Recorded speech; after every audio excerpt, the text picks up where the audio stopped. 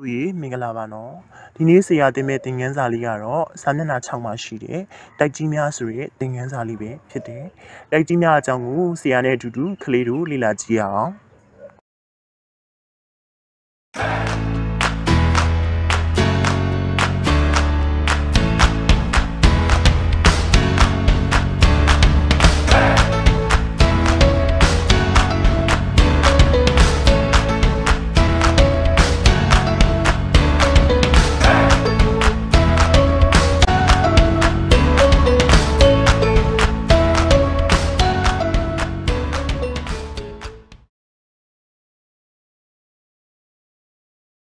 比如伊，酷ဒီကဘာလုံးမြေပုံလေးကိုကြည့်အောင်နော်အခုသားတို့သမီးတို့မြင်တွေ့နေရတဲ့ကဘာလုံးမြေပုံလေးဟာဆိုရင်တိုက်ကြီး9တိုက်နဲ့သမုဒ္ဒရာကြီး9စင်းပါဝင်တဲ့ပုံလေးဖြစ်တယ်အခုမြင်တွေ့နေရတဲ့ကဘာလုံးမြေပုံလေးမှာအပေါ်အောက်ပိုင်းချထားတဲ့မြင်းနဲ့လေးသားတို့သမီးတို့တွေ့ရနော်အဲ့ဒီမြင်းနဲ့လေးရဲ့အပေါ်ပိုင်းဟာဆိုလို့ရှိရင်ကဘာမြောက်ချမ်းဖြစ်ပြီးတော့အောက်ပိုင်းဟာဆိုရင်ကဘာတောင်ချမ်းဖြစ်တယ်ဟုတ်ပြီကမ္ဘာမြောက်ချမ်းမှာဆိုရင်တိုက်ကြီးတွေကိုအများဆုံးတွေ့ရပြီးတော့ကမ္ဘာတောင်ချမ်းမှာဆိုရင်သမုဒ္ဒရာကြီးတွေကိုအများဆုံးတွေ့ရတယ်။ဒါဆိုရင်ကမ္ဘာပေါ်မှာတိုက်ကြီး9တိုက်နဲ့သမုဒ္ဒရာကြီး9စင်းရှိပြီးတော့ကမ္ဘာမြောက်ချမ်းမှာတိုက်တွေကိုအများဆုံးတွေ့ရပြီးတော့ကမ္ဘာတောင်ချမ်းမှာသမုဒ္ဒရာကြီးတွေကိုအများဆုံးတွေ့ရတယ်။ဆက်လက်ပြီးတော့တို့တွေတိုက်ကြီးတွေရဲ့အကြောင်းကိုလေ့လာကြမယ်နော်။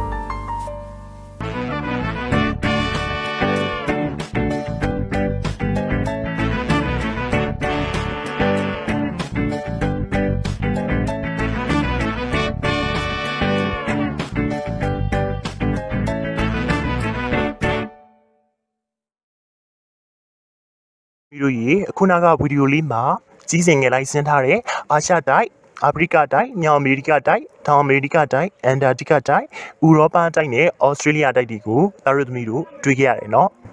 ဟုတ်ပြီဒါဆိုရင်ပထမဆုံးအနေနဲ့ကမ္ဘာအကြီးဆုံးတိုက်ကြီးဖြစ်တဲ့အာရှတိုက်ရဲ့အကြောင်းကိုလေ့လာကြည့်မယ်အာရှတိုက်အကြောင်းကိုလေ့လာတဲ့အခါမှာအပိုင်းနှစ်ပိုင်းခွဲပြီးတော့လေ့လာကြမယ်ပထမဆုံးအနေနဲ့ဒီနေရာနယ်နိမိတ်အကျယ်ဝန်းကိုလေ့လာမယ်ဒုတိယအနေနဲ့မြေမျက်နှာသွင်ပြင်တဲ့ရည်စင်းအခြေအနေကိုလေ့လာကြည့်မယ်မိတို့ရေအာရှတိုက်အကြောင်းကိုလေ့လာကြည့်ရအောင်နော်အာရှတိုက်ကဘယ်နေရာမှာတည်ရှိတာလဲဘာတွေနဲ့ထိစပ်နေတာလဲဘယ်လောက်ထိကျယ်ဝန်းတာလဲဆိုတာကိုသိဖို့အတွက်အာရှတိုက်ရဲ့ဒီနေရာနယ်နိမိတ်အကျယ်ဝန်းကိုလေ့လာကြမယ်နော်အာရှတိုက်ရဲ့ဒီနေရာကိုလေ့လာတဲ့အခါမှာနော်တိုက်ကြီးတွေရဲ့ဒီနေရာကိုဘာနဲ့သတ်မှတ်လေးရှိတယ်လဲဆိုရင်လက်တီကျူးမြင်လောင်ကြီးကျူးမြင်နေနဲ့ဖော်ပြသတ်မှတ်လေးရှိတယ်ဟုတ်ပြီသားတို့သမီးတို့အခုပုံလေးကိုကြည့်ကြည့်အောင်ပုံလေးမှာဆိုရင်သားတို့သမီးတို့မြင်တွေ့နေရတဲ့အတိုင်းပဲမြင်မယ်လေးနှစ်ကြောင်းကိုတွေ့ရလိမ့်မယ်ကမ္ဘာလုံးမြေပုံလေးကိုအပေါ်အောက်ပိုင်းပြီးတော့ဆွဲထားတဲ့မြင်းလေးကို equator မြင်းလို့ခေါ်တယ်သားတို့သမီးတို့သိခဲ့ပြီနော်equator မြင်းရဲ့အပေါ်မှာရှိတဲ့မြင်းတွေကိုတော့မြောက်လက်တီကျူးမြင်းတွေလို့ခေါ်ပြီးတော့ equator မြင်းရဲ့အောက်မှာရှိတဲ့မြင်းတွေကိုတော့တောင်လက်တီကျူးမြင်းလို့ခေါ်ရဲဆိုတာကိုကလေးတို့သိခဲ့ပြီအပေါ်အောင်ဆွဲထားတဲ့မြင်းလေးကိုကြည့်ကြည့်အောင်အဲ့ဒီအပေါ်အောင်ဆွဲထားတဲ့မြင်းလေးဟာဆိုရင် green မြင်းလို့ခေါ်ပြီးတော့ green မြင်းရဲ့အရှိဘက်မှာရှိတဲ့မြင်းတွေကိုအရှိလောင်ကြီးကျူးမြင်းလို့ခေါ်ပြီးတော့အနောက်ဘက်မှာရှိတဲ့မြင်းတွေကိုတော့အနောက်လောင်ကြီးကျူးမြင်းလို့ခေါ်ရဲဆိုတာကလေးတို့လေ့လာခဲ့ပြီဒါဆိုရင်အာရှတိုက်ကြီးကဘယ်လောင်ကြီးကျူးဘယ်လက်တီကျူးမှာတည်ရှိတာလဲဆိုတာကိုပုံလေးကိုကြည့်ပြီးတော့လေ့လာကြရအောင်ဟုတ်ပြီပထမဆုံးအနေနဲ့ equator မြင်းလေးကိုကြည့်မယ်နော်အာရှတိုက်ကြီးက equator မြင်းရဲ့အပေါ်ဘက်မှာရှိတာလားအောက်ဘက်မှာရှိတာလားပုံလေးကိုကြည့်မယ်အာရှတိုက်ကြီးဒီ equator မြင်းရဲ့အပေါ်ဘက်မှာရှိတယ်ပြီးဒါဆိုရင်သူဒီမြောက်လက်တီကျူးထဲမှာပါတာပေါ့ဆက်ပြီးတော့ပုံလေးကိုကြည့်တဲ့အခါမှာအာရှတိုက်ရဲ့အပိုင်းအစလေးတွေဒီ equator မြင်းရဲ့အောက်ထဲမှာလည်းရှိနေသေးတယ်အဆိုသူဒီတောင်လက်တီကျူးထဲမှာလည်းပါတာပေါ့အဆိုရင်အာရှတိုက်ဒီတောင်လက်တီကျူးထဲမှာလည်းရှိတယ်လို့မြောက်လက်တီကျူးထဲမှာလည်းရှိတယ်ဒီဂရီဖြစ်နေသတ်မှတ်လိုက်တဲ့အခါမှာအာရှတိုက်ဒီတောင်လက်တီကျူး10ဒီဂရီနဲ့မြောက်လက်တီကျူး80ဒီဂရီကြားမှာတည်ရှိတယ်ပြီးရင်လောင်ကြီးကျူးမြင်းလေးကိုဆက်ပြီးတော့လေ့လာကြည့်တဲ့အခါမှာအပေါ်အောက်ဆွဲထားတဲ့ green မြင်းလေးကိုကြည့်မယ်နော်အပေါ်အောက်ဆွဲထားတဲ့ green မြင်းလေးရဲ့အရှိဘက်မှာအာရှတိုက်ကြီးရှိနေတယ်အဲဆိုသူဒီအရှိလောင်ကြီးကျူးမှာပါတာပေါ့ဆက်ပြီးတော့ပုံလေးကိုကြည့်လိုက်တဲ့အခါမှာအာရှတိုက်ရဲ့အပိုင်းစာလေးဒီလည်းပဲ green မြင်းရဲ့အနောက်ဘက်မှာရှိနေသေးတယ်ဒါဆိုသူဒီလည်းပဲအနောက်လောင်ကြီးကျူးထဲမှာပါတာပေါ့ပြီးလောင်ကြီးကျူးနဲ့တက်မှတ်လိုက်တဲ့အခါမှာအာရှတိုက်ဒီအရှိလောင်ကြီးကျူးမှာရောအနောက်လောင်ကြီးကျူးမှာရောပါနေတယ်လောင်ကြီးကျူးတွေကိုဒီဂရီအဖြစ်နဲ့သတ်မှတ်လိုက်တဲ့အခါမှာအာရှတိုက်ဒီအရှိလောင်ကြီးကျူး180ဒီဂရီနဲ့အနောက်လောင်ကြီးကျူး25ဒီဂရီကြားမှာတည်ရှိတယ်ဒါဟာဆိုရင်အာရှတိုက်ရဲ့ဒီနေရာဖြစ်တယ်အာရှတိုက်ကြီးဒီမြောက်လက်တီကျူး80ဒီဂရီနဲ့တောင်လက်တီကျူး10ဒီဂရီကြားအရှိလောင်ကြီးကျူး180ဒီဂရီနဲ့အနောက်လောင်ကြီးကျူး25ဒီဂရီကြားမှာတည်ရှိတဲ့တိုက်ကြီးတစ်ခုဖြစ်တယ်တိုက်ရဲ့ဒီနေရာကိုလေ့လာပြီးဆိုတော့အာရှတိုက်ရဲ့နယ်နိမိတ်ကိုလေ့လာကြည့်မယ်နော်နယ်နိမိတ်ကိုလေ့လာလိုက်တဲ့အခါမှာအာရှတိုက်ရဲ့မြောက်ဘက်မှာအာတိတ်သမုဒ္ဒရာအရှေ့ဘက်မှာပစိဖိတ်သမုဒ္ဒရာတောင်ဘက်မှာအိန္ဒိယသမုဒ္ဒရာနဲ့အနောက်ဘက်မှာကက်စပီယန်ပင်လယ်မြေထဲပင်လယ်နဲ့ပင်လယ်နီတို့ရှိတယ်ဆိုတာတော်တော်မျိုးတွေ့ရတယ်နော်ဒီအာရှတိုက်ကြီးဟာဆိုလို့ရှိရင် area 2 km 44တန်းကျော်ရှိတဲ့အကြီးဆုံးတိုက်ကြီးဖြစ်ပြီးတော့နိုင်ငံပေါင်း48နိုင်ငံပါဝင်တယ်တို့ကအာရှတိုက်ရဲ့ဒီနေရာနယ်နိမိတ်အကျယ်ဝန်းကိုလေ့လာခဲ့ပြီးဆိုတော့အာရှတိုက်ရဲ့မြင်းမျက်နှာသွန်ပြင်တဲ့ရည်စင်းအခြေအနေကိုလေ့လာဖို့ရန်အတွက်ပုံနှိပ်စာအုပ်စာမျက်နှာ9ပုံ1.3ကိုကြည့်ကြည့်မယ်နော်ပုံ1.3အာရှတိုက်မြေပုံကိုကြည့်လိုက်တဲ့အခါမှာကွန်းလွန်တောင်တန်းဟိမဝန္တာတောင်တန်းနဲ့အေဝရက်တောင်ထိပ်ဆိုပြီးတော့အစဉ်လိုက်လေးတွေ့ရလိမ့်မယ်ဆက်လက်ပြီးကြည့်လိုက်တဲ့အခါမှာဥရောပတိုက်နဲ့အာရှတိုက်ကိုပိုင်းခြားပေးထားတဲ့ယူရေတောင်တန်းကြီးကိုလည်းတွေ့ရလိမ့်မယ်အောက်ပိုင်းကိုကြည့်တဲ့အခါမှာအာရေဗျဒေဂန္နရာဆိုပြီးတော့အာရေဗျပင်လယ်နားမှာတွေ့ရလိမ့်မယ်အာရှတိုက်ရဲ့အလဲပိုင်းကိုကြည့်လိုက်တဲ့အခါမှာဂိုဘီဒေဂန္နရာကိုတွေ့ရပြီးတော့ဂိုဘီဒေဂန္နရာရဲ့မြောက်ပိုင်းမှာဘန်ကေရီအိုင်ကိုတွေ့ရတယ် အာရှတိုက်အနောက်ပိုင်းမှာဆိုရင်တော့ကက်စပီယန်ပင်လယ်ကိုတွေ့ရပြီးတော့အာရှတိုက်အတွင်းမှာဆိုရင်တော့ဟိုမြစ်ရန်စီမြစ်အေယာရီမြစ်တန်လွန်မြစ်မဲခေါင်မြစ်အစရှိသဖြင့်မြစ်ကြီး9စင်စီးဆင်းနေတဲ့စရာကိုတာတို့သမီးတို့တွေ့ရလိမ့်မယ်အာရှတိုက်ဟာဆိုလို့ရှိရင်ရေနံနဲ့ကြောင်မီသွေးအများဆုံးထွက်ရှိတဲ့တိုက်ကြီးတစ်ခုလည်းဖြစ်တယ်ဒါလေးကတော့ဟိမဝန္တာတောင်တန်းကြီးပဲဖြစ်တယ်ဒီပုံလေးကတော့ဥရောပတိုက်နဲ့အာရှတိုက်ကိုပိုင်းခြားပေးထားတဲ့ယူရဲတောင်တန်းကြီးပဲဖြစ်တယ်ဒါကတော့ကွန်းလွန်တောင်တန်းကြီးဖြစ်တယ်ဒီပုံလေးကတော့ကမ္ဘာအမြင့်ဆုံးတောင်ထိပ်လို့သတ်မှတ်ခံထားရတဲ့အာရှတိုက်မှာရှိတဲ့အေဝရက်တောင်ထိပ်ပဲဖြစ်တယ်ဒါကတော့အာရှတိုက်မှာရှိတဲ့ဘိုင်ကေအိုင်ကြီးဖြစ်တယ်နောက်တစ်သမီးတို့အခုလေ့လာခဲ့တာကတော့အာရှတိုက်ရဲ့မြင်းမျက်နှာသွင်ပြင်တဲ့ရေစင်းအခြေအနေပဲဖြစ်တယ်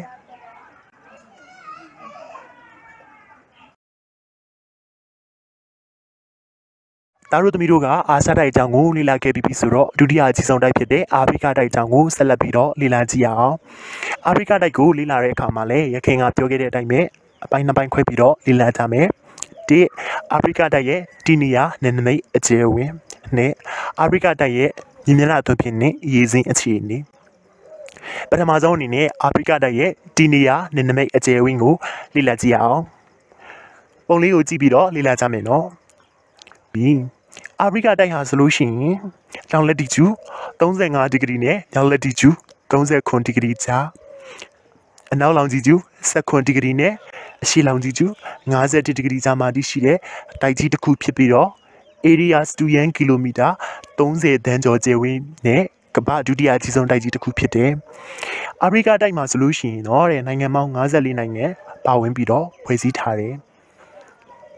အခုလေ့လာခဲ့တာကတော့အာဖရိကတိုက်ရဲ့တီနီယာနဲ့အကျယ်အဝန်းဖြစ်တယ်ဆက်ပြီးတော့အာဖရိကတိုက်ရဲ့နယ်နိမိတ်ကိုလေ့လာကြည့်မယ်ဟုတ်ပြီအောက်ကပုံလေးကိုကြည့်လိုက်တဲ့အခါမှာအာဖရိကတိုက်ရဲ့မြောက်ဘက်မှာဆိုရင်တော့မြေထဲပင်လယ်အရှေ့ဘက်မှာဆိုရင်တော့ပင်လယ်နီနဲ့အိန္ဒိယသမုဒ္ဒရာအနောက်ဘက်မှာဆိုရင်တော့အတ္တလန္တိတ်သမုဒ္ဒရာတို့ရှိတယ်ဆိုတာကိုပုံမှာတွေ့ရတယ်နော်အခုတွေ့မြင်လေ့လာခဲ့တဲ့အကြောင်းအရာတွေဒီအာဖရိကတိုက်ရဲ့တီနီယာနယ်နိမိတ်အကျယ်အဝန်းတို့ဖြစ်ကြတယ်နော်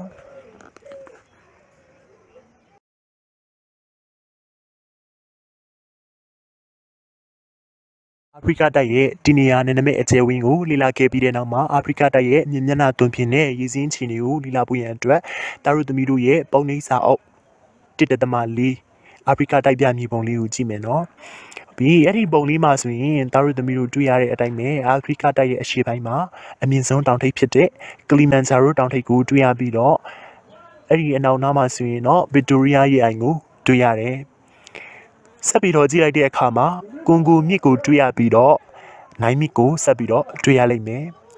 အာဖရိကတိုက်မြောက်ပိုင်းမှာဆိုရင်တော့ဆာဟာရာဒေဂနာယာကိုတွေ့ရပြီးတော့အာဖရိကတိုက်ရဲ့တောင်ပိုင်းမှာဆိုရင်တော့နမီနဲ့ကာလာဟာရီဒေဂနာယာတွေကိုတာရုသမီးတို့တွေ့ရတယ်နော်ပြီးအခုတွေ့ခဲ့ရတဲ့ဟာတွေဒီအာဖရိကတိုက်ရဲ့အမြင့်မျက်နှာသွင်ပြင်အခြေအနေတွေဖြစ်တယ်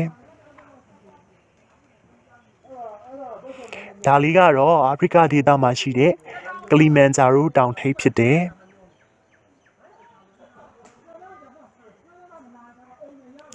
ဒါကတော့အာဖရိကတိုက်တွင်မှာစီးဆင်းနေတဲ့ကွန်ဂိုမြစ်ဖြစ်တယ်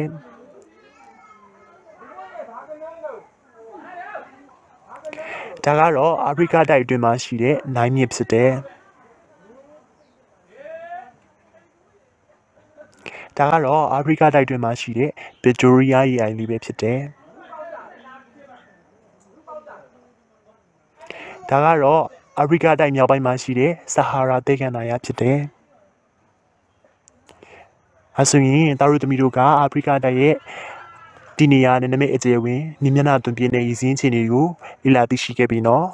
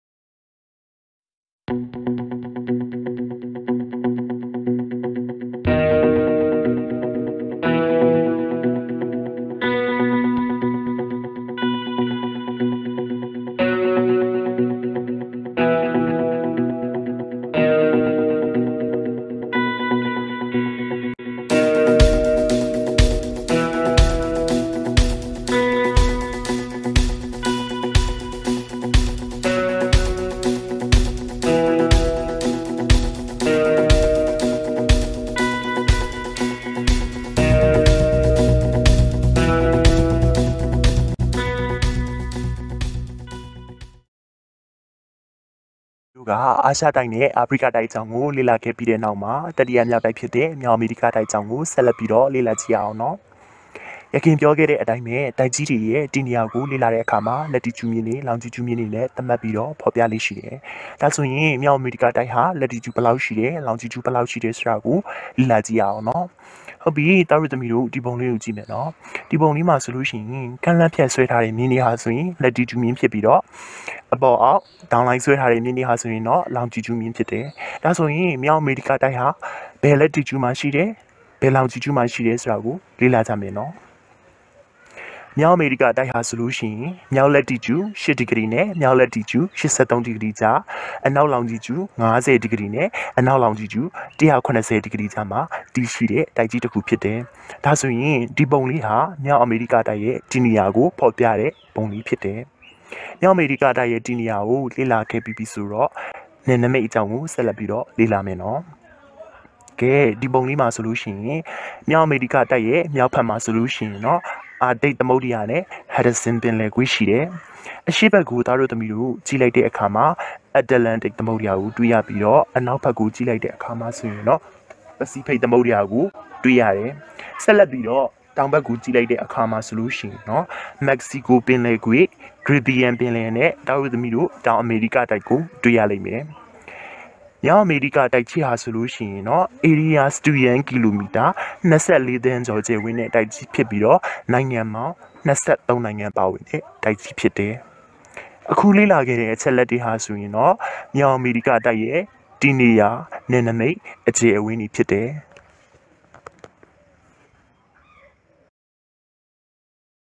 တို့ရေမြောက်အမေရိကတိုက်ရဲ့မြေမျက်နှာသွင်ပြင်အကြောင်းကိုဆက်လက်ပြီးတော့လေ့လာကြည့်အောင်เนาะကဲမြေမျက်နှာသွင်ပြင်ကိုလေ့လာဖို့ရန်အတွက်တာတို့သမီးတို့ရဲ့ပုံလေးစာအုပ်ပုံ 1.5 ကိုကြည့်ကြည့်မယ်နော်ပုံ 1.5 မြောက်အမေရိကတိုင်းပြမြီးပုံကိုတာတို့သမီးတို့ကြည့်ပြီးတော့မြောက်အမေရိကတိုင်းရဲ့မြေမျက်နှာသွင်ပြင်သည်ဘယ်လိုအခြေအနေရှိရဲဆိုတာကိုလေ့လာကြမယ်နော်ဟုတ်ပြီတာတို့သမီးတို့မြေပုံရဲ့အနောက်ချမ်းကိုကြည့်လိုက်တဲ့အခါမှာဘာကိုတွေ့ရမလဲဆိုရင် Rocky တောင်တန်းကိုတာတို့သမီးတို့တွေ့ရတယ်နော်မြေပုံရဲ့အခြေချမ်းကိုတို့တွေဆက်လက်ပြီးတော့လေ့လာလိုက်တဲ့အခါမှာ Appalachian ကုန်းမြင့်နဲ့ Labrador ကုန်းမြင့်ကိုတွေ့ရတယ်။ဆက်လက်ပြီးတော့မြေပုံအလဲကောင်ကိုကြည့်လိုက်တဲ့အခါမှာတော့ဘာကိုတွေ့ရမလဲဆိုရင်တော့မြေနှိမ့်လွန်ပြင်ဒေသကိုတွေ့ရတယ်။ဒါဟာဆိုရင်မြောက်အမေရိကတိုက်ရဲ့မြေမျက်နှာသွင်ပြင်အနေအထားဖြစ်တယ်နော်။ကဲဒီပုံလေးဟာဆိုရင်တော့မြောက်အမေရိကတိုက်ရဲ့အနောက်ပိုင်းမှာတည်ရှိတဲ့ Rocky တောင်တန်းပဲဖြစ်တယ်။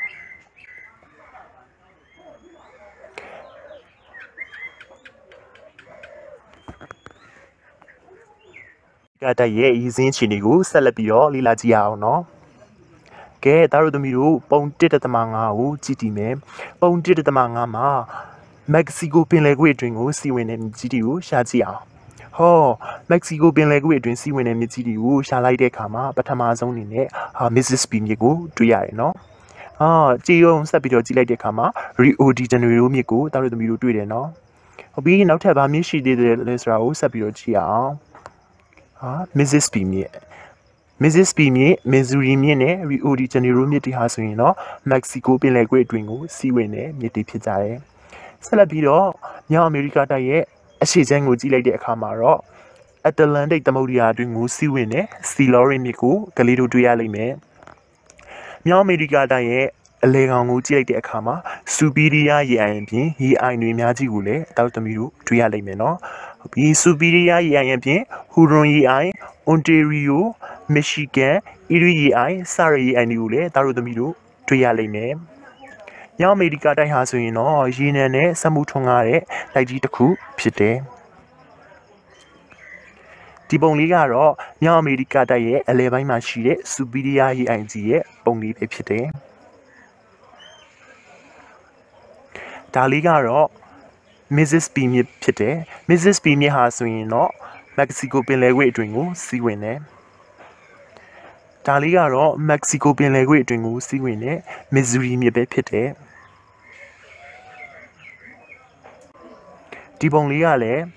မက္ကဆီကိုပင်လယ်ကွေ့အတွင်းကိုစီးဝင်တဲ့ Rio de Janeiro မြစ်လေးဖြစ်တယ်။ဒါလေးကတော့Atlantic သမုဒ္ဒရာအတွင်းကိုစီးဝင်တဲ့ Sea Loran မြစ်ရဲ့ မြေဖြားပိုင်းနဲ့စီလောတွေမြစ်စီးဆင်းနေတဲ့ပုံလေးပဲဖြစ်တယ်ကဲတာတို့သမီးတို့အခုလေ့လာခဲ့ရတာလေးကတော့မြောက်အမေရိကတိုက်ရဲ့ရေစင်းအခြေအနေပဲဖြစ်တယ်တာတို့သမီးတို့ကမြောက်အမေရိကတိုက်ရဲ့တီနေယာနဲ့နမိတ်အကျယ်ဝင်းမြင်းမြန်းအသွင်ပြင်းတဲ့ရေစင်းအခြေအနေကိုသိရှိလေ့လာခဲ့ပြီနော်တာတို့သမီးတို့ကဒီနေ့အာရှတိုက်အာဖရိကတိုက်နဲ့မြောက်အမေရိကတိုက်တို့ရဲ့တီနေယာနဲ့နမိတ်အကျယ်ဝင်းမြင်းမြန်းအသွင်ပြင်းတဲ့ရေစင်းအခြေအနေတွေကိုလေ့လာခဲ့တယ်နော်ကဲတာတို့သမီးတို့လေ့လာခဲ့ပြီးဆိုတော့ဘယ်အချက်တွေကအဓိကကြတယ်လဲဆိုတာကိုဆက်ပြီးတော့အနှစ်ချုပ်ကြည့်ရအောင်ဒီနေ့လေ့လာခဲ့တဲ့သင်ခန်းစာလေးကတော့တိုက်ကြီးများထဲမှာအာရှတိုက်အာဖရိကတိုက်နဲ့မြောက်အမေရိကတိုက်တို့ရဲ့အကြောင်းဖြစ်တယ်တိုက်ကြီးတွေဆိုတာဘယ်လိုဟာတွေလဲတိုက်ဆိုတာကကမ္ဘာပေါ်မှာအလွန်ကြီးမားတဲ့ကုန်းမြင့်အဆိုင်ခဲတွေကိုတိုက်ကြီးတွေလို့သတ်မှတ်ခေါ်ဆိုတယ်အဲ့ဒီတိုက်ကြီးတွေဟာဆိုလို့ရှိရင်ကမ္ဘာမြောက်ခြမ်းမှာအများဆုံးတွေ့ရတယ်တိုက်ကြီး9ခုရှိတဲ့အနက်အာရှတိုက်ဟာအကြီးဆုံးတိုက်ဖြစ်ပြီးတော့လူဦးရေထူထပ်ဆုံးတိုက်တစ်ခုလည်းဖြစ်တယ်။ဒုတိယအကြီးဆုံးတိုက်ကတော့အာဖရိကတိုက်ဖြစ်ပြီးတော့အာရှတိုက်မှာဆိုလို့ရှိရင်နိုင်ငံပေါင်း48နိုင်ငံပါဝင်တယ်။အာဖရိကတိုက်မှာဆိုရင်နိုင်ငံပေါင်း54နိုင်ငံပါဝင်တယ်။မြောက်အမေရိကတိုက်ဟာဆိုရင်တော့နိုင်ငံပေါင်း23နိုင်ငံနဲ့ဖွဲ့စည်းထားတဲ့တိုက်ကြီးတစ်ခုဖြစ်တယ်။ဒါဆိုရင်တာရုသမီးကိုဒီနေ့လေ့လာခဲ့တဲ့သင်ခန်းစာလေးကိုသိစာမှတ်မိတယ်နော်။ဒီနေ့လေ့လာခဲ့တဲ့သင်ခန်းစာလေးကတိုက်ကြီးများအာရှတိုက်အာဖရိကတိုက်နဲ့မြောက်အမေရိကတိုက်တို့ပဲဖြစ်ကြတယ်။ဆက်လက်ပြီးတော့တာတို့သမီးတို့ကအိမ်ကနေပြီးတော့ဒီတိုက်ကြီးတွေအကြောင်းကိုဘယ်လောက်ထိနားလဲသလဲ။နောက်ထပ်ကိုသိဖို့ဘာတွေကြံသေးသလဲဆိုတာကိုတာတို့သမီးတို့ဆက်ပြီးတော့လေ့လာခဲ့ကြမယ်နော်။